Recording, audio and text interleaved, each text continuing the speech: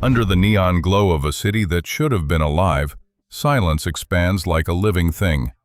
Towers of glass rise into the night, sleek, immaculate, perfect, yet every window is black.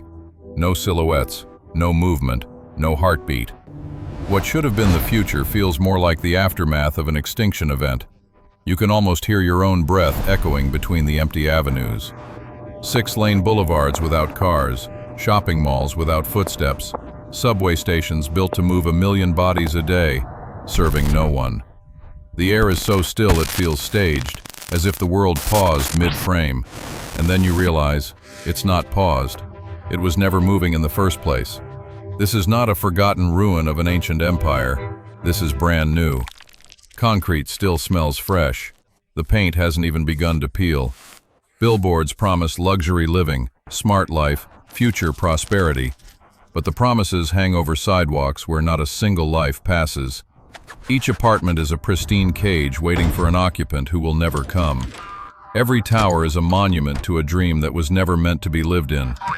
And that's the part that sinks into your chest like a weight. If this place was built for people, then where are they? And if it wasn't built for people, then what exactly was it built for? Because behind these spotless facades lies something darker than abandonment, something engineered, a void created on purpose, a stage set with concrete, glass, and steel, costing trillions, yet hiding something even more expensive: the truth. Walk a little farther and you'll see the echoes of a system cracking. A developer's office with the logo removed, notices taped on doors, unpaid wages, halted projects, legal seizures. A billboard peeling under the sun, showing a happy family smiling in front of a home that was never completed. There are thousands of these billboards across the country, each one a silent obituary for vanished savings and broken trust. Then the news clips. Evergrande bankrupt, country garden collapsing, millions of buyers stranded in half-built dreams. A mortgage strike that ripples like a tremor through the financial core. Local governments drowning in debt they can't admit exists. Banks holding assets that, if marked to reality, would vanish like smoke. And that number, $60 trillion, sits at the center like a black hole. 60 trillion in property value that depends on buildings no one lives in, streets no one walks, cities no one calls home. 60 trillion in collateral built on silence. It's here in this dead metropolis that the illusion fractures. You start to see the pattern. These towers aren't empty by accident. These malls aren't deserted because people changed their minds. These cities weren't mistakes. They were calculated, designed to inflate growth, to mask debt, to fabricate an image of unstoppable expansion. But concrete doesn't lie. Silence doesn't lie. An empty city is not neutral, it's a warning. Ahead, the skyline flickers. A massive residential block, once hailed as the crown jewel of modern living, now scheduled for demolition. The countdown begins. Engineers place charges at the base. Camera crews gather. Investors watch the live stream, pretending this is routine. The explosion rolls through the air like distant thunder. The ground trembles. The tower folds into itself, floor by floor, until the entire structure collapses in a plume of dust so thick it hides the sun. And for a moment you understand. This isn't just the fall of a building. This is the fall of confidence, the fall of a narrative, the fall of a financial empire built on empty promises and even emptier cities. If this is what the miracle model looks like when the lights are on, imagine what it hides when the lights go out. History leaves patterns the way storms leave scars, deep, repetitive, unmistakable once you know where to look. Every great financial collapse has birthed a landscape of empty monuments. Tulip bulbs locked in vaults as if they were treasures. Florida swampland sold as paradise. Tokyo towers priced higher than entire American cities. Suburban rows of identical homes sitting dark after 2008. Different eras, different assets, same delusion. And China's ghost cities are not an anomaly. They are the newest chapter in an ancient cycle. There is a rule woven through every bubble humanity has created. A rule so old, so consistent, it feels almost gravitational. When assets become national ideology, collapse becomes destiny. In the Dutch Golden Age, tulips became a symbol of status. In Japan, land became a guarantee of eternal wealth. In America, homeownership became a sacred foundation of the middle class, multiplied into derivatives until reality couldn't keep up. And in China, urbanization became policy, measured, reported, celebrated, enforced. The machine always starts the same way. Simple incentives twisted into systemic mania. Local governments need GDP growth to survive. To get growth, they must build. To build, they must sell land. To sell land, they must prove demand exists, even when it doesn't. So new districts rise out of empty plains, not because people live there, but because spreadsheets demand progress. Concrete becomes a political performance. A skyline becomes a resume. Tower cranes become instruments of ambition. Developers, meanwhile, play the second movement of this symphony. Pre-sell apartments. Use the deposits to finance construction. Use the half-finished buildings as collateral for even more loans. Repeat until the music stops. And for years, the music was deafening. Banks pumped credit into the system because they too believed the eternal lie that has powered every bubble since the beginning. Real estate always goes up. The same words spoken in Tokyo, spoken in Miami, spoken in Las Vegas, now whispered in Zhengzhou, Tianjin, Ordos. Look closer at the data, and the pattern becomes impossible to ignore. Urbanization surges, but population growth slows. Construction accelerates, but wages stall. GDP spikes every time a new district breaks ground, not when people actually move in. Each ghost city is not an accident of planning, but a receipt for growth that never truly existed. This is the historical pattern repeating with terrifying scale. Growth first, credit second, reality last. Ghost cities are simply the visible evidence, the skeletal architecture, of a deeper truth. Economies addicted to construction will always build past the point of necessity, past logic, past sustainability.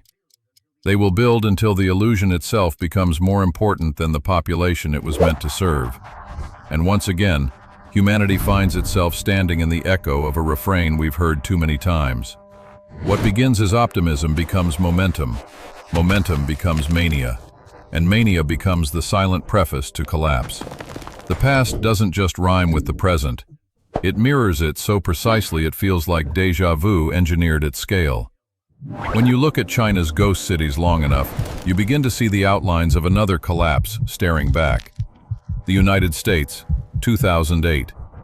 But what happened in suburban cul-de-sacs 15 years ago is now unfolding across entire metropolitan grids. Back then, the system cracked because mortgages were stacked into labyrinths of financial products. MBS, CDOs, synthetic CDOs. Each one a derivative built on the assumption that homeowners would always pay, that housing demand was infinite, that risk could be sliced thin enough to disappear. A fiction wrapped in a rating, wrapped in a promise. But in China, the collateral is not just homes, it's cities. Empty districts, tens of thousands of untouched apartments, sit on bank balance sheets as if they were solid wealth. In reality, they are closer to props on a stage, impressive from afar, hollow up close. Yet each unit is counted, valued, leveraged, and re-leveraged. One apartment becomes the foundation for 10 layers of financing. One tower becomes the justification for a billion-dollar loan. A cluster of towers becomes a trillion-dollar narrative that the world prices into markets without ever questioning the silence behind the glass. The parallel is unmistakable. America securitized mortgages. China securitized urbanization itself. And that's the real terror. Because a home is personal, intimate, tied to a family. But a city, an entire city, should be an ecosystem, a living organism of commerce, movement, and life. When that organism is dead on arrival, everything built on top of it becomes fiction. Developers in the US sold dreams of ownership. Developers in China sell dreams of arrival, middle-class identity, social mobility, a place in the future. Yet millions bought these dreams off-plan, paying for buildings that would never be completed, never be occupied, never be more than symbols in a skyline no one uses. And beneath it all runs the shadow system, LGFVs, local financing vehicles, borrowing against land values inflated by districts that have no residents. Banks lending to projects that produce GDP on paper but nothing on the street. Wealth funds quietly buying debt tied to units that will never host a single human breath. It's the same structure America built, but on an order of magnitude so large it distorts perspective. If the US bubble was a house of cards, China's is a skyline of cards. Glass towers arranged into a financial illusion visible from space. And yet the global markets treat the entire edifice as real. Commodities rise because construction rises.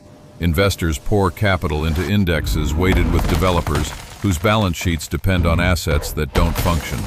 Even supply chains treat these empty districts as proof of unstoppable demand.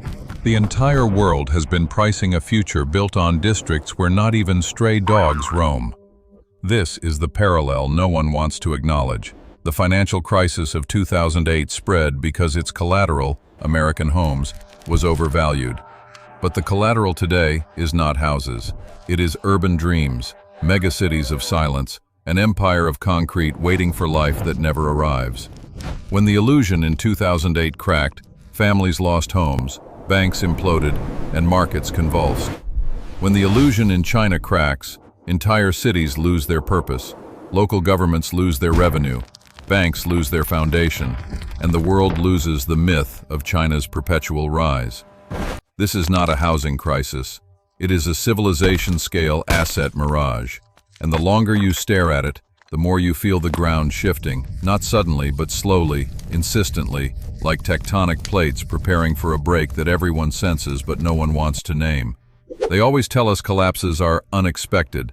They pretend the warnings were invisible, the numbers too complex, the outcome impossible to foresee. But behind every ghost city, behind every tower of hollow wealth, there were people, real people, who made choices, signed papers, approved loans, and pushed a fantasy they knew could never last. And now, the mask comes off. The truth is that ghost cities are not born from chaos. They are engineered by design. Concrete doesn't pour itself. Debt doesn't multiply without permission. A $60 trillion illusion does not float into existence. Someone builds it. Someone benefits from it. Someone signs the order that buries a generation. Start with the local officials. In most countries, growth is an economic goal. In China, it is a political currency. Promotion depends not on stability or sustainability, but on numbers, the kind that look good in annual reports. GDP, land sales, construction volume. Metrics that glitter even when the underlying reality is dust. So officials push for districts no one needs, approving towers no one asked for, knowing that the skyline is their stepping stone. They don't need the cities to be alive, they just need them to exist long enough for their careers to advance. Then come the developers, the architects of dreams that never wake. They sell futures, not homes, blueprints, not communities. Their projects are funded not through completion, but through perpetual motion. Pre-sales feed construction. Construction serves as collateral. Collateral feeds new loans. New loans hide old failures. And the moment momentum slows, the gears seize, revealing what the system truly is. A pyramid made of rebar and hope. Banks complete the triangle. State-owned, politically guided, and relentlessly hungry for expansion. They approve loans that should have been laughed out of the building. They underwrite land values inflated beyond reason. They carry assets that would collapse under honest appraisal. And they pretend not to notice when funding meant for construction disappears into a labyrinth of shadow accounts and silent bailouts. Because admitting the truth would mean admitting that their stability, the foundation of the entire financial system, is a stage prop built on sand. But the most painful betrayal lies not in the halls of power or the boardrooms of developers. It lies with the families. Millions who believed the propaganda, who invested their life savings into empty promises, who paid mortgages for apartments that would never be delivered. They carried the weight of a nation's illusion on their backs, while the elites pushing the narrative walked free, untouched, insulated by privilege and position. And so the $60 trillion lie comes into sharp focus. It was not a misunderstanding. It was not accidental. It was a collaboration. Officials needed growth. Developers needed cash flow. Banks needed expansion. All three needed the illusion more than they needed the truth. Together they built cities to nowhere, districts of echoes, and towers that stand as monuments to coordinated denial. They created a financial labyrinth so vast that even international markets accepted the illusion as fact. Commodities priced against construction that served no one. Global indexes weighted by companies solvent only on paper. Foreign capital funneled into bonds backed by assets that can't sustain human life. And still they ask, who could have known? Everyone who built it knew. The insiders knew when they fast-tracked land auctions at midnight. The banks knew when they rolled over loans that should have defaulted. The regulators knew when they buried reports showing vacancy rates above 70%. The developers knew when they sold units before laying foundations. The officials knew when they held ribbon cuttings for cities without residents. They all knew. And they all continued. Because the truth was inconvenient. Because the math was unforgiving. Because stopping the illusion meant exposing their own fingerprints. So they let the machine run until it consumed everything. Trust, savings, stability, the dreams of a rising middle class. Each empty tower is not a mistake, but a confession. Steel and concrete admitting what the architects of this system will not say aloud. And now, beneath the weight of silence, the question shifts. If this empire of hollow cities is the creation of elites, what happens when the people who built the lie can no longer control its collapse? The stage is set. The players are exposed. The smoke has cleared just enough for us to see the outlines of responsibility. The revelation is not just that the system is failing, but that its failure was the logical destination of a journey designed by those who claim to be guiding the nation toward prosperity. In the end, the greatest crime is not the empty buildings. It is the knowingly manufactured belief that they were ever meant to be full. The world pretends that ghost cities are a Chinese problem, an anomaly, an overreach, a quirk of policy. But stand long enough in the middle of an empty boulevard built for a million futures, and a realization settles into your bones. This is not just a warning for one nation. It is a prophecy for every economy addicted to growth at all costs. Because what happens next is no longer a mystery. It is a narrowing path with only two endings. The first is the slow bleed, a quiet, suffocating decline hidden behind technical phrases, liquidity support, credit extension, managed restructuring. The state steps in. Bad debts are rolled into new debts. Distressed developers are merged into larger ones. Banks pretend the collateral still holds value. People pretend confidence still exists. Inflation whispers through the system, eroding savings grain by grain, while the ghost cities stand untouched, monuments to the cost of deferring reality. The second ending is the hard break, a point where the illusion stretches too thin and something snaps. A developer default triggers a chain reaction. Banks tighten lending, projects stall, mortgages go unpaid. Local governments lose the revenue that sustained them. Social pressure builds like steam behind a locked door, and the world watches as an economic superpower confronts the fragility of its own ascent. But both endings share a single truth. Ghost cities do not disappear. They linger, like scars on the landscape, reminders of a future that never arrived. And beyond China's borders, the lesson grows heavier. Financial markets from New York to London to Dubai have priced in the myth of Chinese urban expansion for over a decade. Commodity exporters built national budgets around insatiable construction demand. Corporations planned supply chains assuming endless growth. Investment funds bought bonds tied to cities that don't have a heartbeat. The global economy has been quietly synchronized to a model held together by concrete and faith. If that faith breaks, the shockwave doesn't stop at the Great Wall. It moves outward through metals, energy, shipping, manufacturing, currencies, through pensions and retirement funds, through the fragile psychology of markets that must believe in growth to survive. But there is a deeper inevitability that goes beyond economics. Ghost cities force us to confront a universal addiction, the belief that building more means becoming more, that progress is measured in towers, cranes, skylines, square footage, that an economy can outrun its own reality if it builds fast enough, tall enough, wide enough. And yet the silence of these cities proves the opposite. A society is not defined by how much concrete it pours, but by how much purpose it sustains. A city is not alive because it exists, but because people choose to fill it with meaning.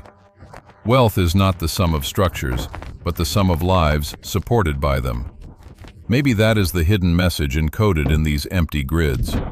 Every nation, every market, every empire that mistakes construction for prosperity is walking toward its own version of this silence. Because the lie is fragile, because the math always catches up, because reality, no matter how deeply buried, always returns to collect its debt. And so the camera pulls back. The towers shrink into the horizon. The streets become thin lines of concrete cutting through nothingness. The city dissolves into a pinpoint of light on the surface of a dark planet. A reminder, a warning, a glimpse of what awaits any civilization that chooses illusion over truth. The ghost city stands silent, not as a relic of China's failure, but as a mirror held up to all of us.